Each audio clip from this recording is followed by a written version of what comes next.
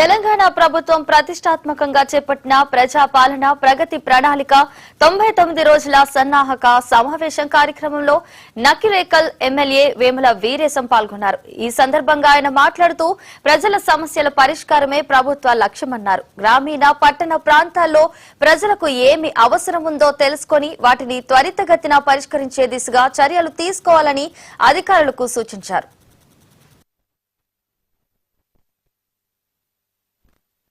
ప్రజాపాలనలో భాగంగా ప్రగతి ప్రణాళికని రూపొందించుకోవడం కోసం నకరికల్ మున్సిపాలిటీలో ఈ రోజు కౌన్సిలర్లు, చైర్మన్ గారు, వివిధ రకాల డిపార్ట్మెంట్ సంబంధించినటువంటి అధికారులు, మా మహిళా సోదరిమణులు అందరం కలిసేసి ఈ రోజు ఇక్కడ మీటింగ్ ఏర్పాటు చేయడం జరిగింది. గౌరవనీయులు ముఖ్యమంత్రి రేవంత్ అన్న 99 రోజుల ప్రజాపాలన ప్రగతి ప్రణాళికను రూపొందించి అన్ని డిపార్ట్మెంట్లను ఇన్వాల్వ్ చేసి మున్సిపల్ అడ్మినిస్ట్రేషన్ ఒక 15 రోజుల పాటు దాంట్లో agriculture department, irrigation department, police department అట్లాగే ఆల్ డిపార్ట్మెంట్స్ ను ఇన్వాల్వ్ చేసేసి ఈ 99 రోజుల పాటు ప్రజాపాలన ప్రజాప్రభుత్వం ఏర్పడిన తర్వాత గ్రామీణ ప్రాంతాల నుంచి మొదలుకొని పట్టణ ప్రాంతాల వరకు జరిగినటువంటి ప్రగతిని ఒక ప్రణాళికబద్ధంగా ప్రజలకు వివరిస్తూ ఇంకా అక్కడ ఉండేటువంటి నీడ్స్, అక్కడ ఉండేటువంటి అవసరాలు, మౌలిక వసతులు గాని మౌలిక సదుపాయాల విషయంలో ఏమేమి అవసరాలు ఉన్నాయనేటువంటి దాన్ని మళ్ళీ తిరిగి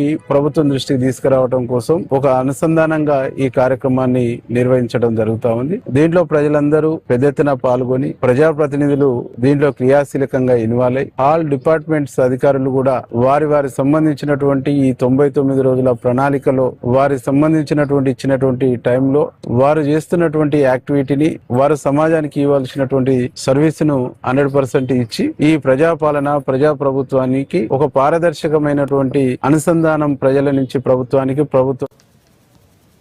మరిన్ని అప్డేట్స్ చూసే ముందు స్మాల్ బ్రేక్ తీసుకుందాం.